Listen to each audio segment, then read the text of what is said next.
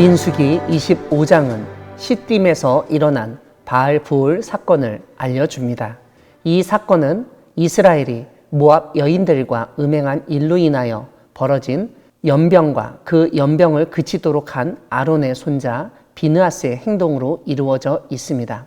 모압 왕 발락이 저주하려고 했지만 하나님은 발람을 통해서 이스라엘을 축복하셨습니다.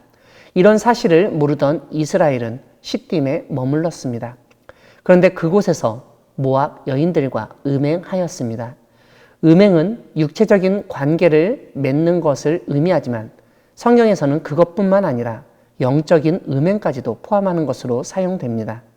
이런 면이 오늘 본문에서도 드러나는데 육체적 관계를 맺은 여인들이 자기 신들에게 제사할 때 이스라엘 백성들을 초청했고 거기서 이스라엘이 음식을 먹고 그들의 신들에게 절을 했다는 것입니다. 3절은 이스라엘이 바알부올에게 가담했다고 지적합니다. 이 바알부올 사건으로 인해서 여호와 하나님이 이스라엘에게 진노하셨다고 합니다. 하나님은 모세에게 백성의 수령들을 잡아 태양을 향하여 목매어 달라고 명령하십니다. 그래서 모세는 바알부올에게 가담한 사람들을 죽이라고 지시합니다. 이때 한 이스라엘 사람이 미디안 여인을 데리고 왔는데 아론의 손자 엘르아살의 아들 비느하스가 그 남자를 따라 천막에 들어가서 이스라엘 남자와 미디안 여인을 창으로 찔러 죽였습니다. 이러한 비느하스의 행동으로 이스라엘에 진행된 연병이 그쳤다고 알려줍니다. 9절에서는 그 연병으로 2만 4천 명이 죽었다고 기록하고 있는데 이스라엘이 얼마나 음행을 저질렀는지 쉽게 파악할 수 있는 숫자입니다. 하나님은 비느하스의 행동으로 인해서 진노를 돌이키시고 이스라엘을 소멸하지 않게 하였다고 말씀하시면서 그에게 평화의 언약을 주시겠다고 약속하십니다. 이 평화의 언약은 비느하스와 후손에게 영원한 제사장 직분의 언약입니다. 비느하스가 이스라엘을 속죄한 행위를 눈여겨보셨기 때문입니다. 오늘 본문에서 비느하스에 의해서 죽임당한 남자와 여자의 신상 정보가 알려집니다. 이스라엘의 남자 이름은 시므리이고 시므온 지파의 지도자였습니다. 미디안 여인의 이름은 고스비인데 수르의 딸로 수르는 미디안 가문의 수령이었다고 설명합니다. 하나님은 미디안 사람들이 속임수와 여인으로 유혹하였기 때문에 미디안인들을 대적하여 공격하라고 모세에게 명령하십니다. 사랑하는 광야교회 성도 여러분, 하나님은 음행에 진노하시는 분이십니다. 이스라엘은 광야 생활 가운데 먹을 것 때문에 항상 불만이 있었습니다. 그런 이스라엘에게 모압 사람들이 다가왔습니다. 하지만 그들의 식욕보다 더욱 강력했던 욕구가 있었는데 다름 아니라 성욕이었습니다.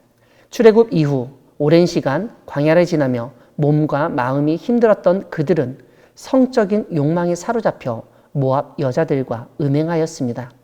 이 일에 이스라엘이 가담했다는 오늘 본문의 언급은 이것이 한두 명의 사람들의 일탈이 아니라 거의 대부분의 남성들의 일탈이었던 것으로 보입니다.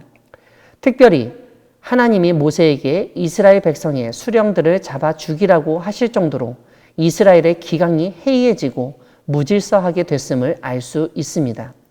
더군다나 모압 여인들은 자신들이 제사할 때 이스라엘 남자들을 초대해 음식을 대접하였습니다. 그때 이스라엘 남자들이 모압 신들 앞에 절하기까지 했습니다. 광야 생활에서 충족되지 않아서 불만이었던 성욕과 식욕을 해소하는 가운데 이스라엘 사람들은 여호와 하나님뿐만 아니라 모압의 신들까지도 섬기면 더 좋은 것 아니냐는 말도 퍼져나갔을 것입니다. 더 많은 신을 섬기면 복도 받고 잘 살 수 있으리라는 생각입니다. 좋은 게 좋은 것 아니냐. 다다익선이라는 말이 설득력을 얻었을 것입니다. 하지만 그런 이스라엘을 보시고 하나님은 진노하셨습니다. 그래서 연병을 내려 2만 4천 명이 죽게 하셨습니다.